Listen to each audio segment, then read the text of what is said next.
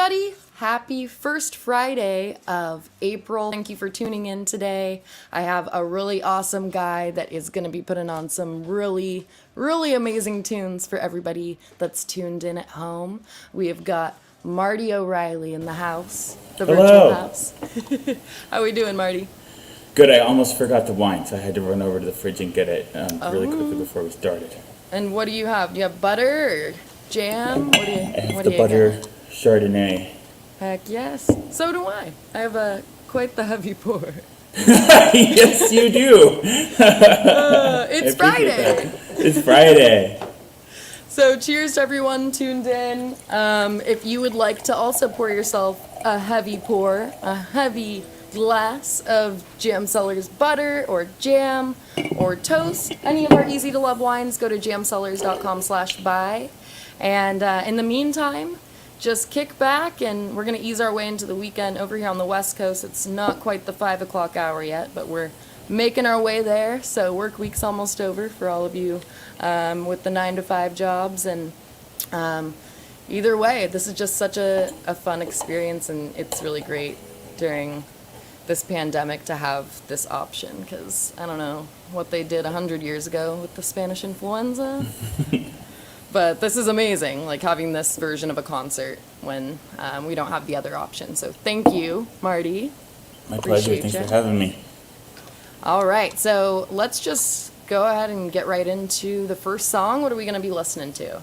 I was going to play a song off of my first album, which is called Letters. It's sort of a fun, bluesy slide tune that I wrote in Seattle on our first tour ever. Sort of about the learning about the struggle of being far away from people when you're on tour. Cheers.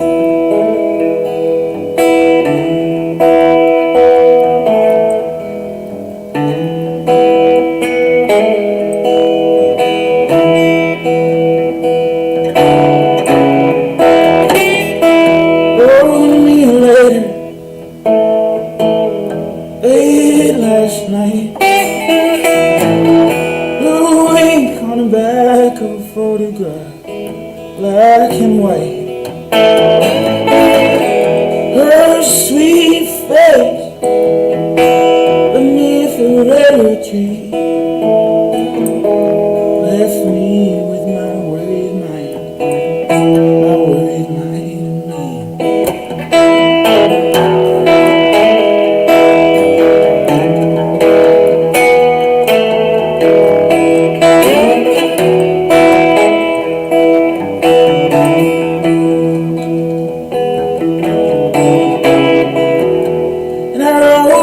Tumble, read it over and over again. Something that she said with a photograph, she didn't say with a ballpoint pen. And I'm learning how to worry, and I never was a worrying kind. She left me in Texas with a worried mind.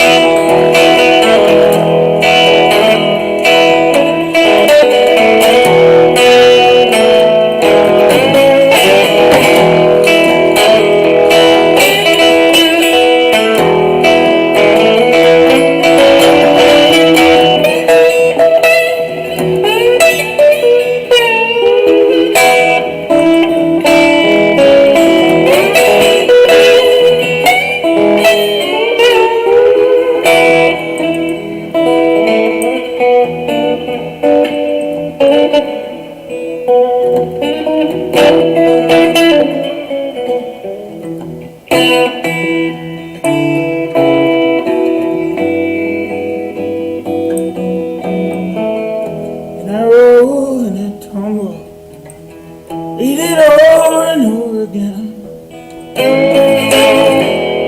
Something that she said with a photograph, she didn't say with a ballpoint pen. Now I'm learning how to worry, and I never was a worrying kind. She left me in Texas with a worried mind. All right, starting off dark. Thank you, Marty O'Reilly, everybody. Thank you, Marty. So it's been a little over 7 years now since you put that one out. I think it was like mid-March 2014, something Yes, like that. correct. Did you do anything to commemorate it? Because 7th year anniversary, it's like a lucky year. I feel like hopefully you celebrated with like a glass of wine or something. I have never heard of a 7-year anniversary as a as a thing, but it never even occurred to me to commemorate it at any year. So that's fun to think about. 10 years is coming up, and that album it's such a fun memory. It was such a run and gun, like no budget, fresh out of college. We recorded it in this like semi-abandoned warehouse residential building in a totally post-apocalyptic part of Oakland on a 1/2-inch tape machine, like hand mixing it by hand as the tape. It was just very, very low budget, and there was still kind of a lot of magic in the air. So it was a cool experience and worth commemorating. So that's a good idea. I'll think about what to do at 10 years. Yeah. So at that point, were you already living in Santa Cruz, but you did the recording out of Oakland, or because I know you were born in San Francisco? Yeah, it was kind of this process of being like, well, maybe I'll try to figure out how to produce this album by saying, I like this album and I want it to sound like that. And I chose this album by one of my favorite bands. They're called Whisker Man, and they're also from the Bay Area, and they're what I believe is their first album. It was recorded at the same studio. I was like, I wanted it to sound like that album, and it was recorded in Oakland. And so I chased that guy down, and that was kind of the model that I followed, and that's how we ended up there. Heck yeah. Well, I guess with that being said, so looking back about 7 years ago, you're out of Oakland and you're putting out this debut stuff.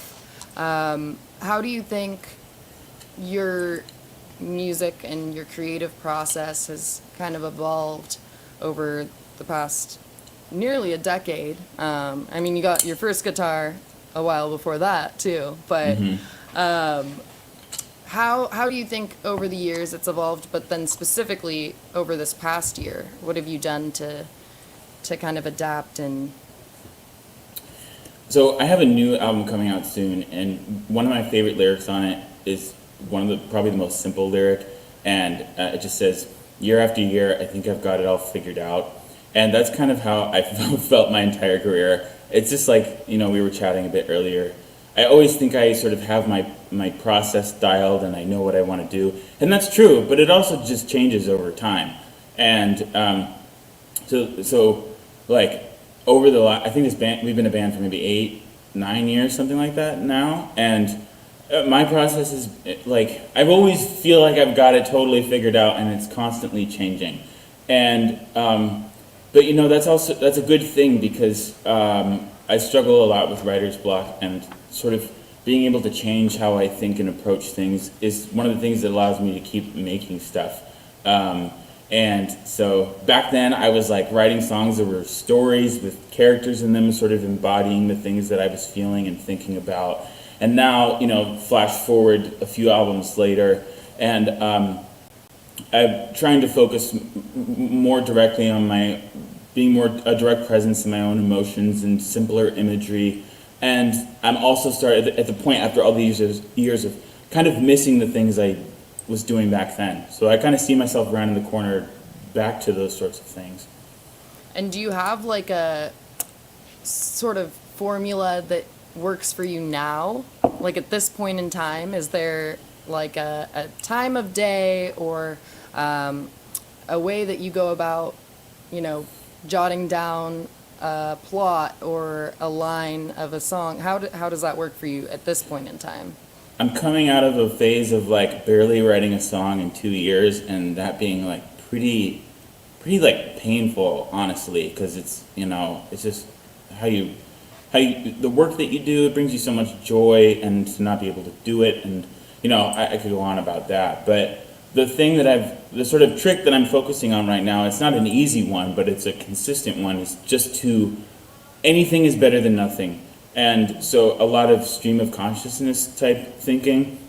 If I don't know what the next line is, I just start writing in, basically stream of consciousness what I'm thinking, and then refine it back and try and, maybe if I want to find a way to make something interesting or beautiful or whatever, I'll do that in sort of how I bake it after the fact. And that keeps me from these never-ending question of what to say. Then it just becomes more of a question of how to say it. So I'm actually writing a lot right now, like almost a song every other day, which is really exciting for me. And I used to be able to do that when I was much younger, but that's a lot for me, and it feels really good. And I think First of all, cheers to that, because Cheers. that's freaking awesome, dude. Yeah. And my big project during quarantine has been to do the whole home recording thing, so I've been figuring that out, which is really fun. Now, okay, so, little hot seat question for you. If you had the choice between, like, if you were able to be a lyrical genius and never have to deal with writer's block again, like, you can write 50 songs a day, easy, and they're all going to be top sellers, top 40. Or your pitch is absolutely perfect. You go to karaoke, you're nailing every song. First one. You can do any cover I song already know. First of one. all time. First one? Art has been like a medicinal thing for me. It was like something I started doing to cope with a lot of like teenage angst and stuff, and so it's always had this role of like, this is how I make myself feel better. And like having great pitch, that's super fun, but then I'm missing this thing that like makes me feel complete as a person. It's Right. fundamental to me. And I feel like, I mean, it must be rewarding too if you do hit the writer's block. This is making me think of like college and what you were talking about. Like you just kind of start with almost like the word vomit. You just got to start with something when you're sitting there with your Google Docs or whatever and you can't even start your essay. Sometimes it's easy to just start typing whatever comes to mind and let it flow from there. But it's so rewarding when you have that final product at the end. So Absolutely. for everyone watching, where can they keep themselves updated when it comes to if you are putting anything out sometime this year or in the near future? There it is in the banner. Shows? Those are the two outlets that I use the most. I'm an utter failure with my YouTube page, and I don't really keep a newsletter. So my Facebook and Instagram is where I most frequently post about what I've got going on. My website's been, a graveyard for a while, but I'm just at the point where the sort of calendar will start filling up with shows soon. I've got a lot of stuff in the works. So there's a lot of exciting things happening for us later this year, but they're all just sort of just beyond where I can announce them. But we'll be releasing an album, doing a tour, making our first music video, like lots of fun stuff. Ooh, so exciting. So head on over to Instagram, Facebook, hit the follow button, and make sure you keep yourself updated. More to come this year, hopefully. So excited for live music to be back. Oh my goodness. Me too. Can't wait. But in the meantime, let's do a couple songs back to back. Sure. What do you think? Cool. Yeah, that sounds good.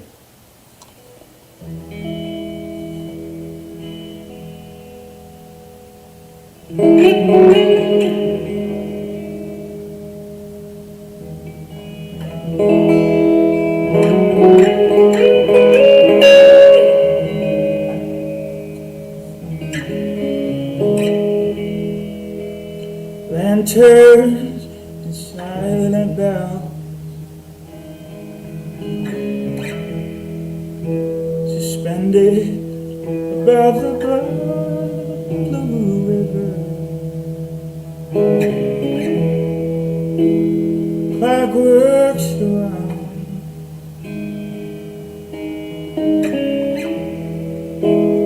I'm still as the architecture. You're subtle now, the spider's so shy as a moment between an exhalation.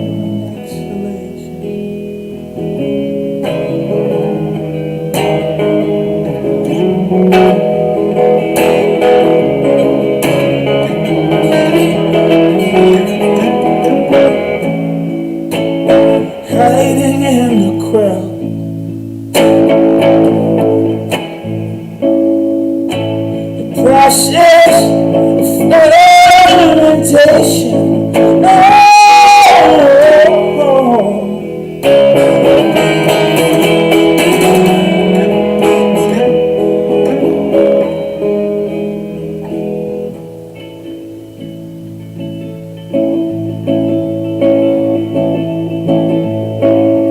Whenever you're building, it takes a very long time. I wish that I'd be here to see it when you're done.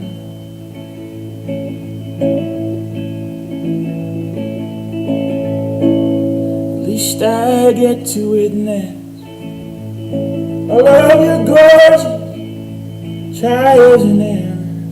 At least I get to peek behind the burning curtain of the sun.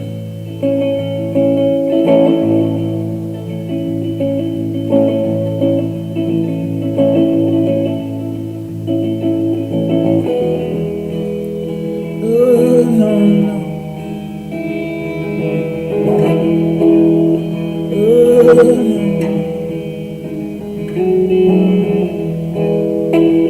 no.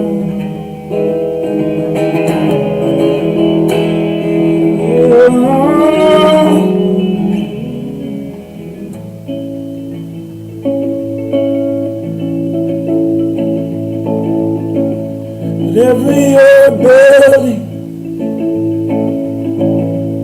it takes a very long time, but I wish that I'd be here, see it when you're done.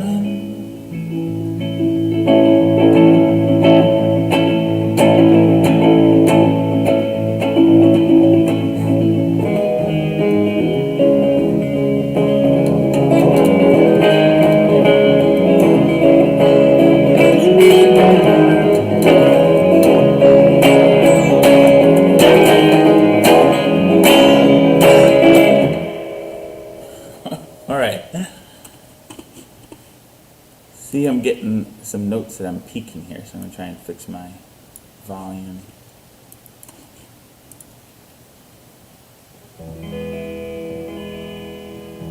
Uh-oh. All right, it sounds like maybe we got the wrong microphone. Oh, yep, that's what's going on. Okay.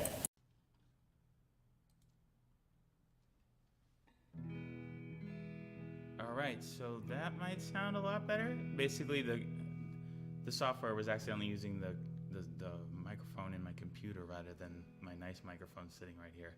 So that all sounded pretty weird, I bet. All right, turning up.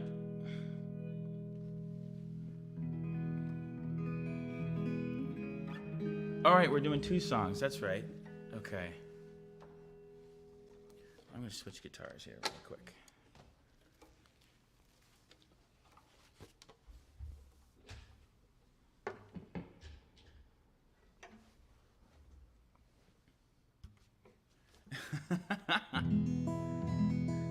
Okay, apologies for that.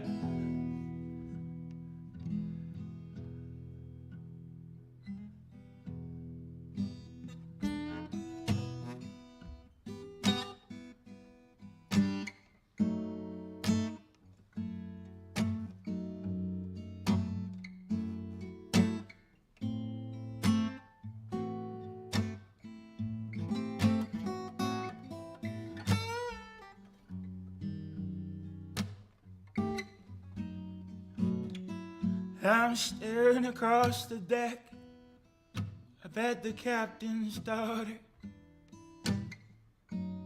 and her eyes, they look brighter than the sun on the water. Boys, that's right. Boys, that's right. I hear they were setting sail tonight.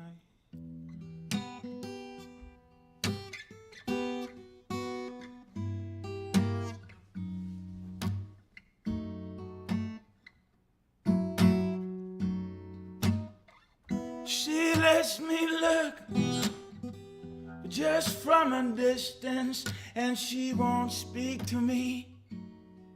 But when I sing, she still listens. Late at night, late at night, without a single speck of land in sight.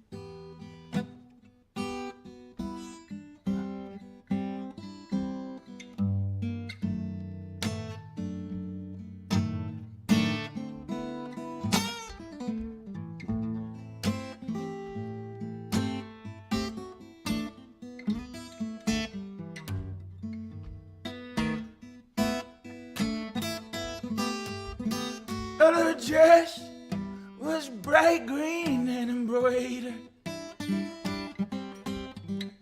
Yeah, honey, I know, 'cause I've been staring at her since the day that we boarded. Staring at her thigh, staring at her thigh. Now I'm looking at it in a brand new light.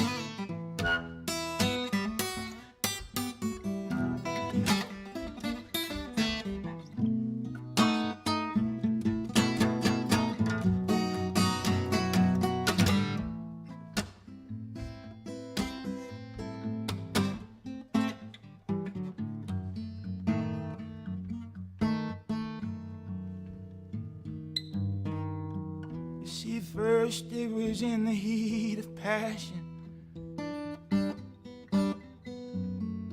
but it's been 15 days since we exhausted all of the rations. Boys, that's right. Boys, that's right. Now I'm looking at her with an appetite.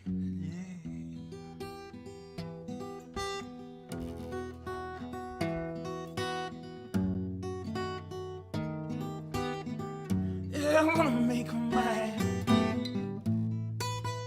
Gonna make her mine.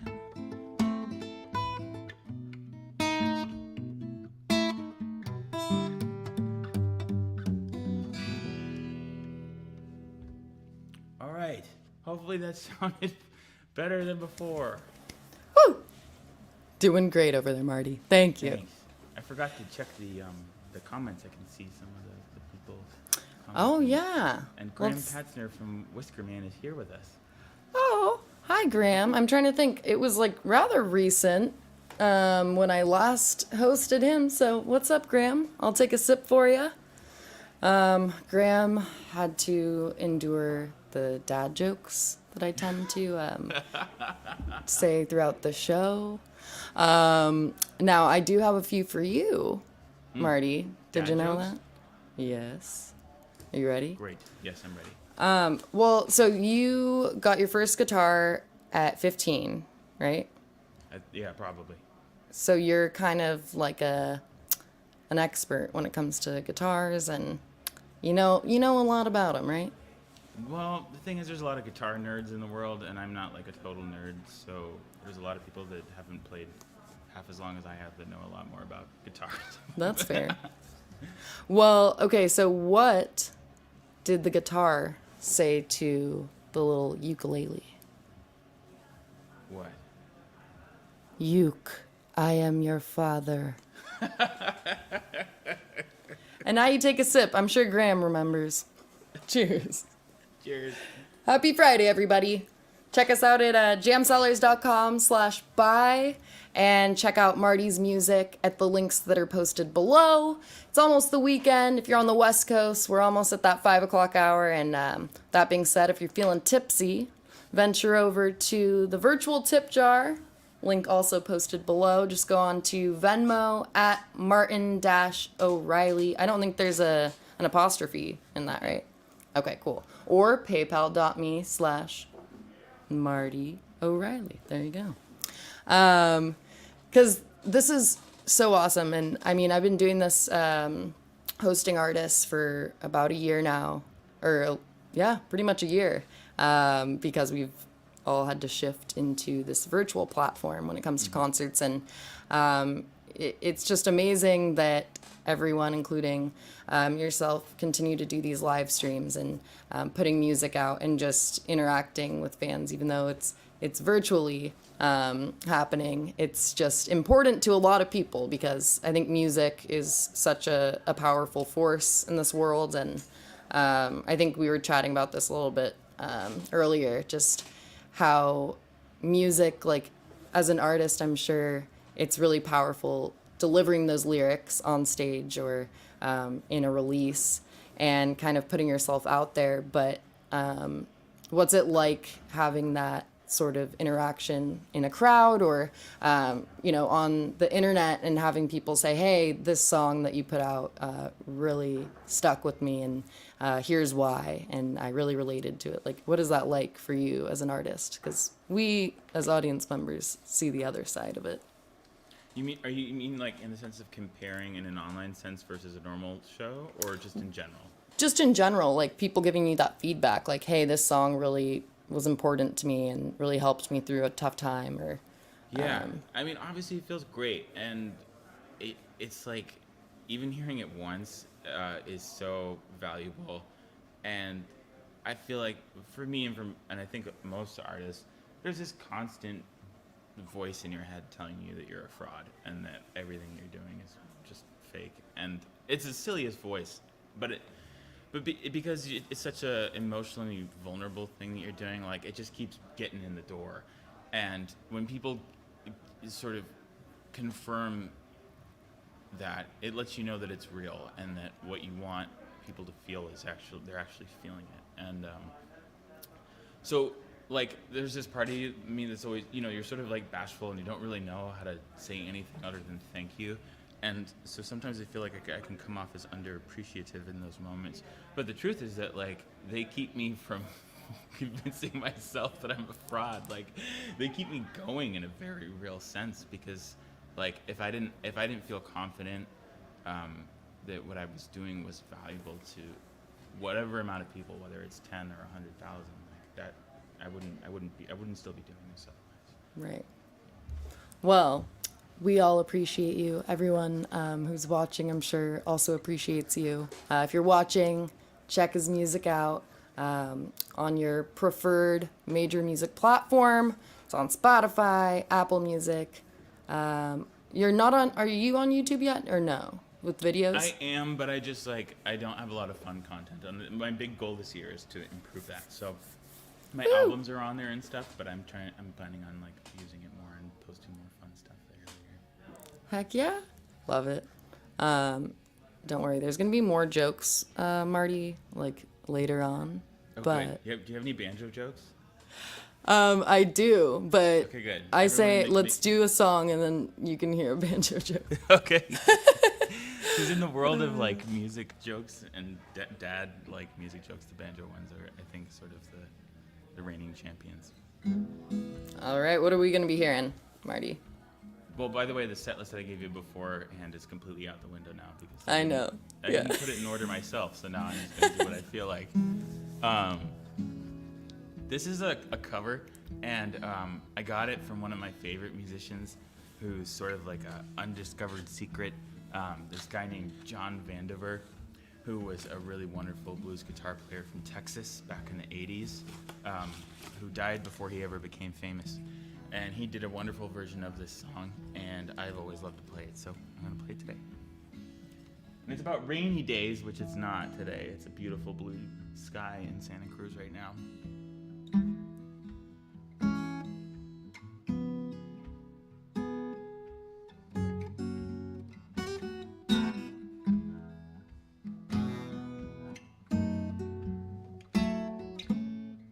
Raindrops keep falling on a roof of tin. Oh, bad news. I ain't seen no sunshine since God knows when. But I guess I'm bound to pay my dues. Oh, Lord, look over your shoulder now. Tell me, what did you see?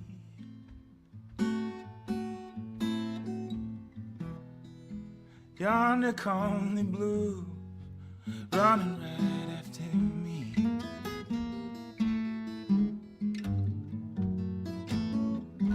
Keeps on raining all the time, sometimes out, but mostly in. I keep on waiting for that old sun to shine. Yeah, since I can't remember when. Oh Lord, look over your shoulder now. Tell me, what did you see?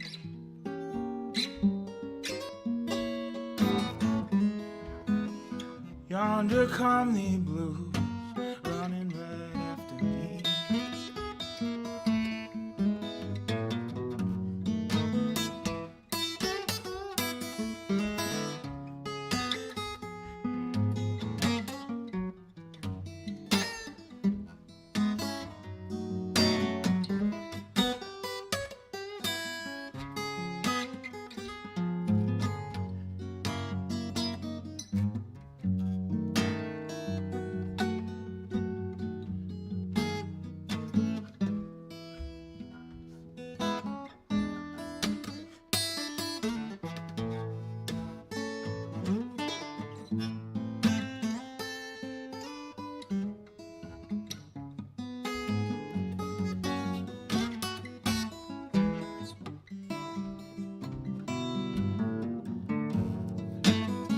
So if your mama, she just wants to treat you right, then I think you better take my advice.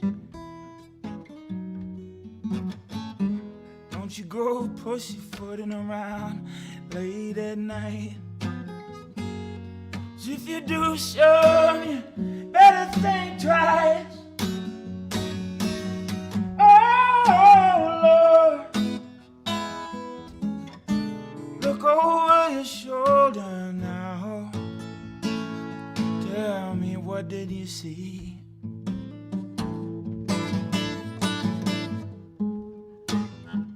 Yonder come the blues, running right after me.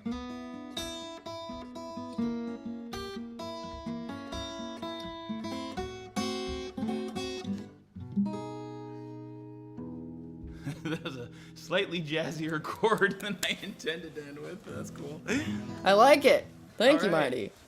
And you said that was a cover of was it John Vandervert? Yeah, Vandiver. Vandiver, and he was an 80s Texas singer? Yeah, very, that's very sort of his style. And somebody gave me like a bootlegged live recording of one of his concerts when I was in college, and that was the only reason that I was able to find out about him. And at the time, there was only so much you could find out about him. He was murdered, and Oh, wow. there's like one of those true crime novels about his death, and you can read about that, but it was like really hard to find his music.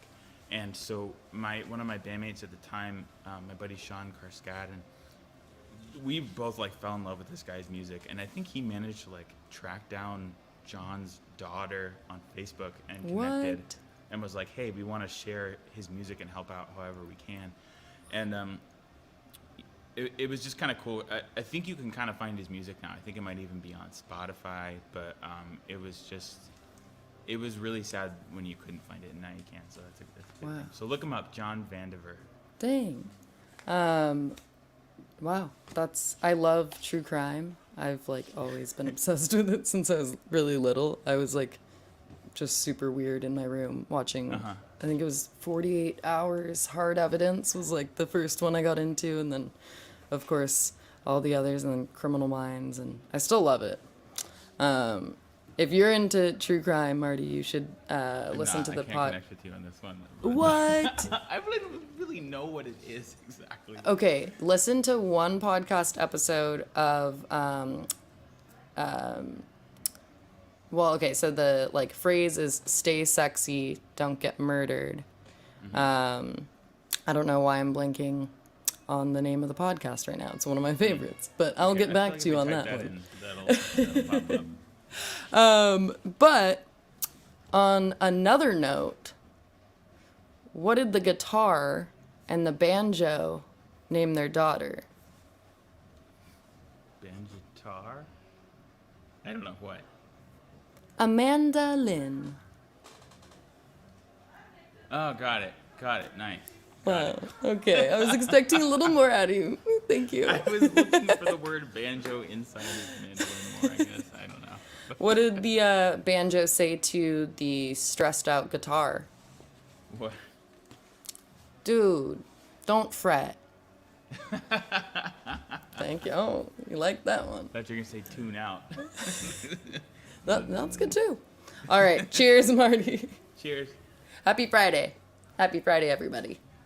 Check us out at jamcellars.com/buy. You can get yourself some of our wine shipped direct to your doorstep, or you can use our wine finder tool. Just put in your zip code and you can find the stores in your neighborhood that supply our stuff.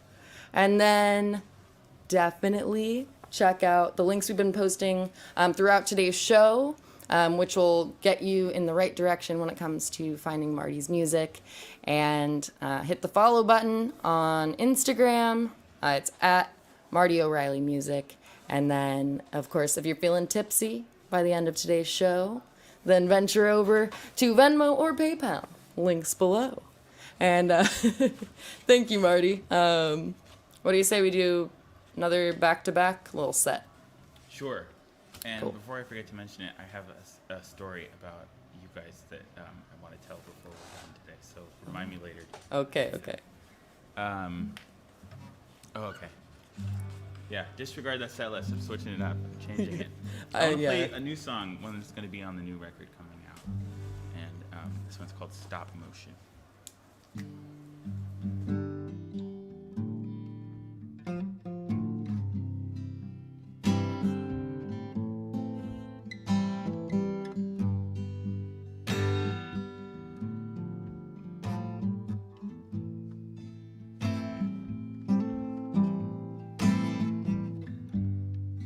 Who is so reckless? Wing it in our youthful hours. Stop motion stars across the night.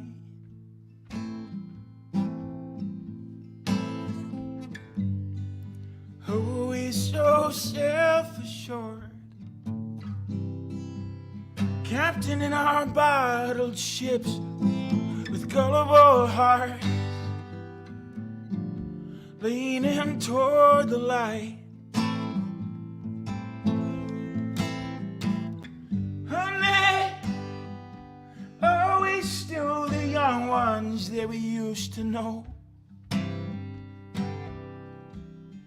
So careless, careless with love all of those years ago. I think that I lost something that I won't get back. Maybe I'm better off without it now, looking back.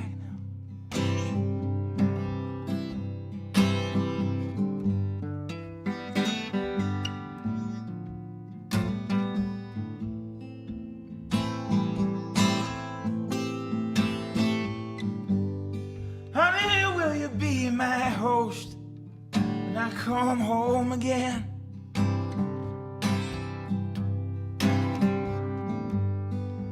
Walk me through that golden gate I've always known again.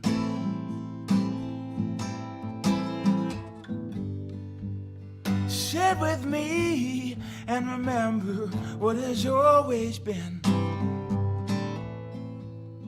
where we started from.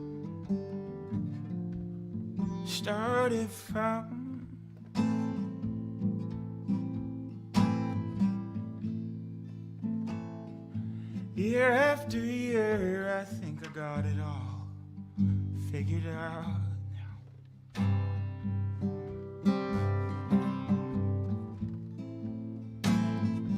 Year after year, I think I got it all figured out.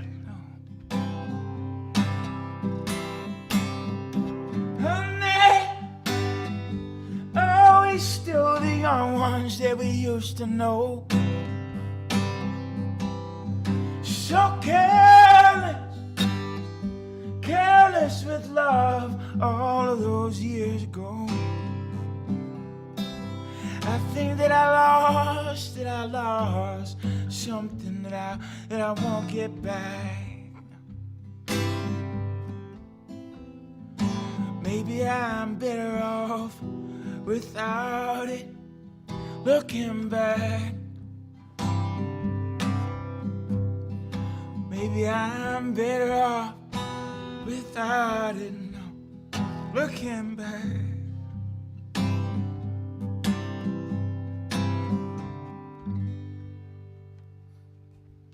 All right, stop motion. Kind of a song about growing up and getting excited for the rest of your life. I'd like to dedicate that one to my beautiful wife who's watching from work up in the Santa Cruz Mountains. And all right, now let's play a really dark, depressing one.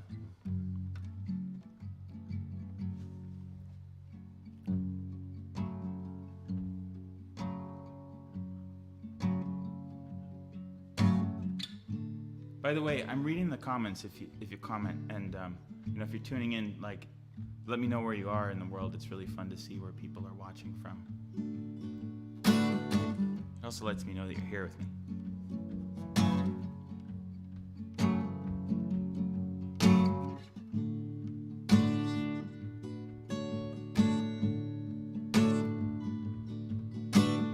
Tremors in the hallways of the branches, they shook the fruit from these ghostly limbs. I still give you pieces of me, and you make paper from my skin.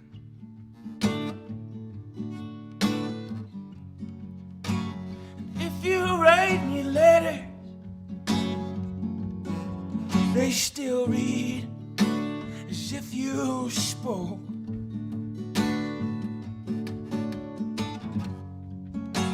And when I try to burn them, then the words run off in the smoke. I wish I knew which parts of me are still here. Just pieces I remember. I wish I knew which parts of me you hold dear. You left me ambivalent as can be. If you want to let me rest, let me sleep. If you want to cut me deep, but it cut me down. Better to just cut me down. If you wanna let me rest, let me sleep. If you wanna cut me deep, better cut me down. Better to just cut me down.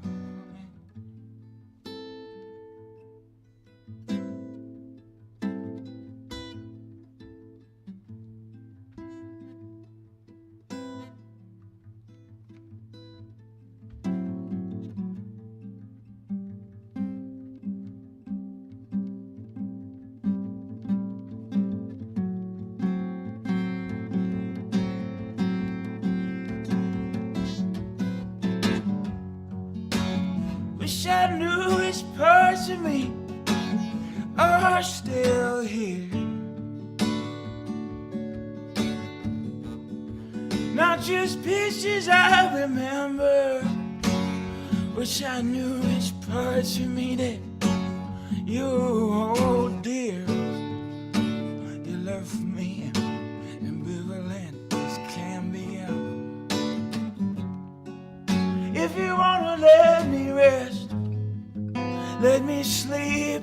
Oh no, and if you wanna cut me deep, no, better cut me down. Yeah, better you just cut me down.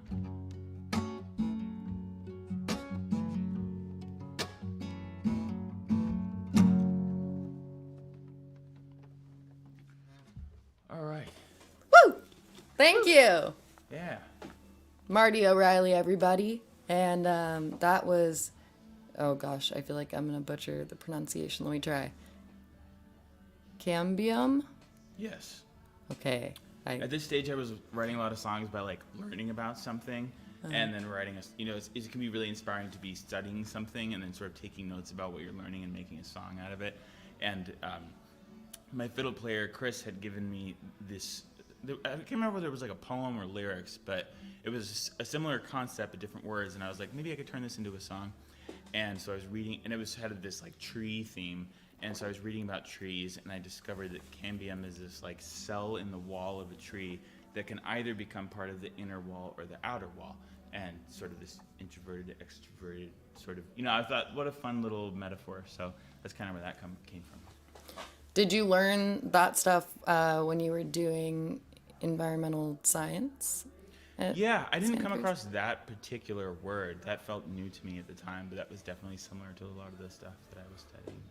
And you and one of the other people within the quartet, Chris, you guys like met a while back, actually, like kind of doing what you were just talking about, right? Yeah, so I was an environmental studies major at UCSC. That's how I came here, and I had an internship working at Natural Bridges State Beach, where I would take classes of school children anywhere from like third grade out to high school. I'd take them out to look at the tide pools and teach them about the life in the tide pools there. And my boss, or one of my bosses at that internship, was Chris, who is my fiddle player now. And you know, I always joke that like 2 minutes into the interview, we were just talking about like psychedelic rock music or something. And, you know, just turns out he was like the best fiddle player I've ever met, and so we started a band together. I love it.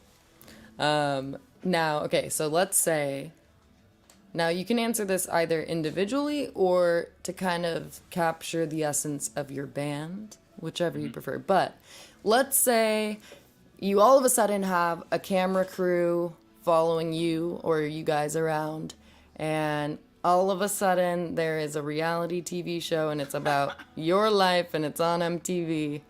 Now, what would you want to capture the essence of you or of your band through song? Like, what would you want as your theme song? Could be any song. Gosh, I don't know. Okay, I'm coming to it quickly. So one of the funniest things about my band is that our music is so terribly serious, and we're extremely goofy people when we're like, we are always cracking jokes. There's always roaring laughter, and like, it's just a very, very funny project to be a part of. And it's nobody really gets to see that side. It's just see the sort of terrible seriousness of the music a lot. And one of the things that we joke about is we create a lot of alter ego bands for the band. And we have our sort of like Metallica version of ourselves is called Smoke Lords. Oh. Smoke Lords happened when we'd been rehearsing for like 3 days straight, and we were just losing our minds. It can be very like intellectually taxing to write music for a long. It's like doing math. It doesn't feel like it when you're doing it, but after a couple of days, you're like, whoa, my brain is fried. And so we start to get a little ridiculous, and that's when Smoke Lords came out, and you know, we all switched instruments. We were all playing very terribly on our instruments. Ben, my bass player, turned into the lead singer, and he's got the long hair to go with it.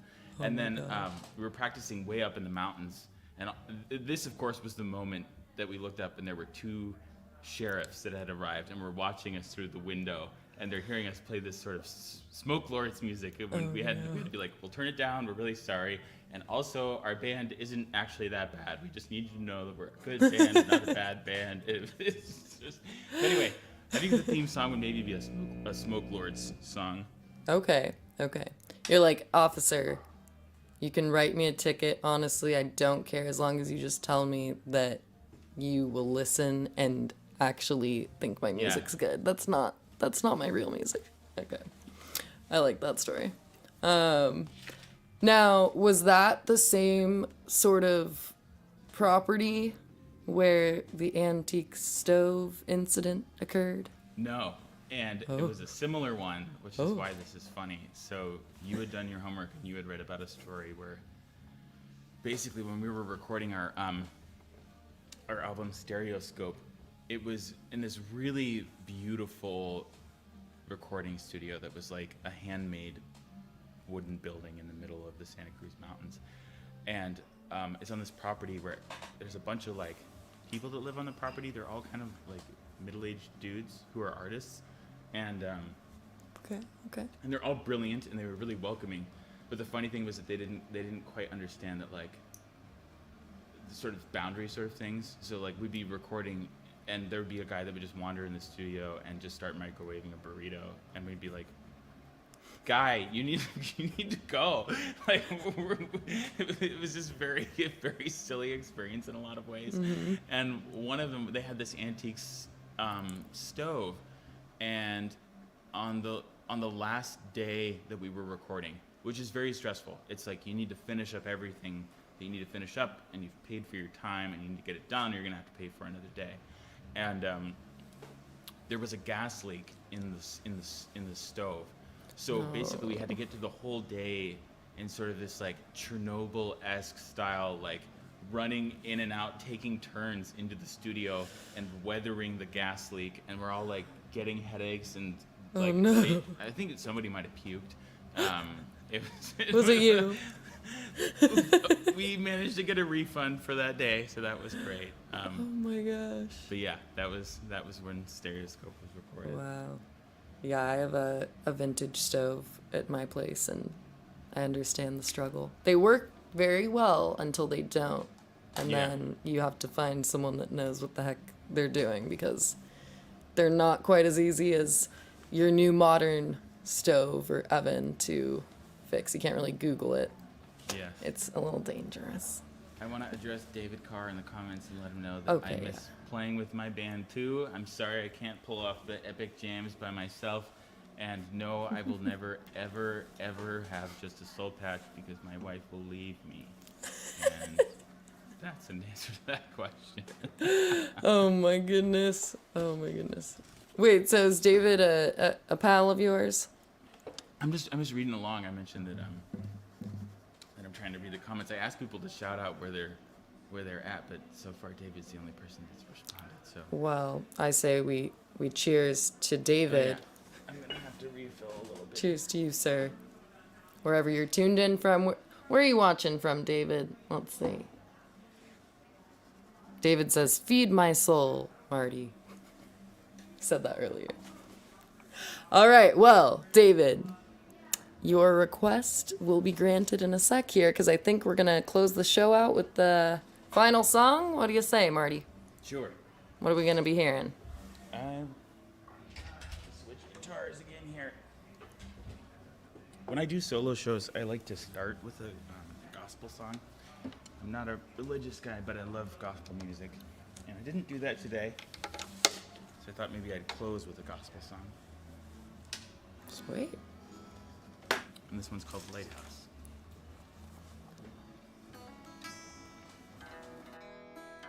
This amp should warm up, and there we go.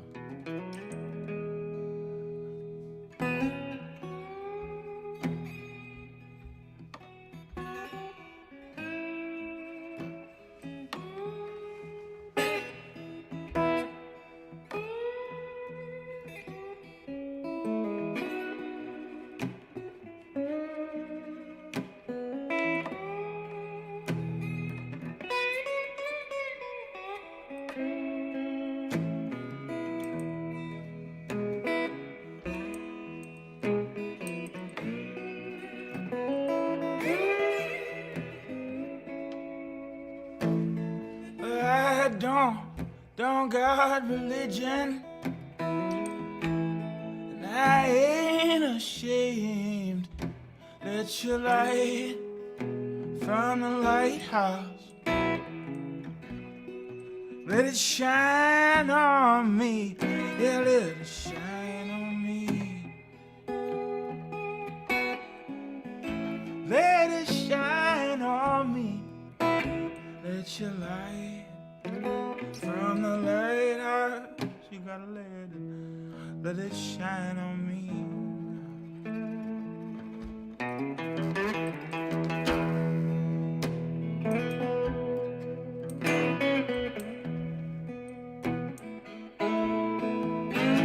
All the angels up in heaven know they have called my name.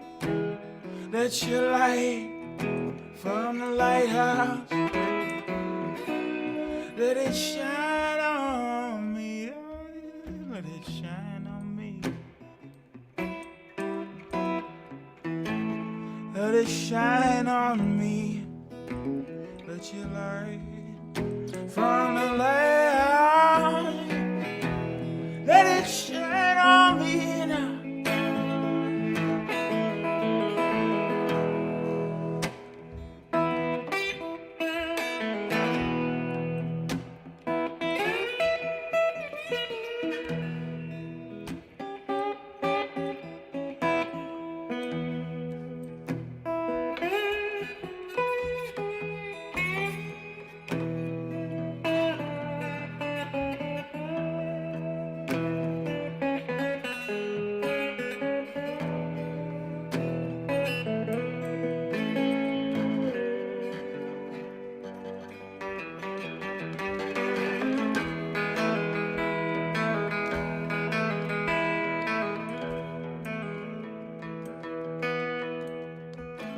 I don't got religion, and I ain't ashamed. Let your light from the lighthouse, let it shine on me. Let your light shine on me, no, let it shine on me.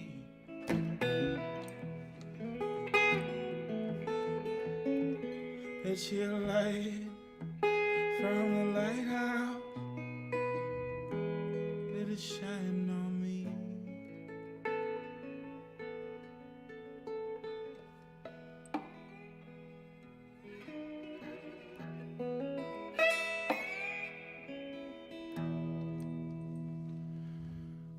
All right. Woo! Thank you, Marty. That was Lighthouse, everybody. Make sure you check out Marty's music at the links we've been posting over the course of today's show. And it is now officially happy hour on the West Coast. We have reached that 5 o'clock hour, everybody. So if you're at home watching, hopefully you have something poured up.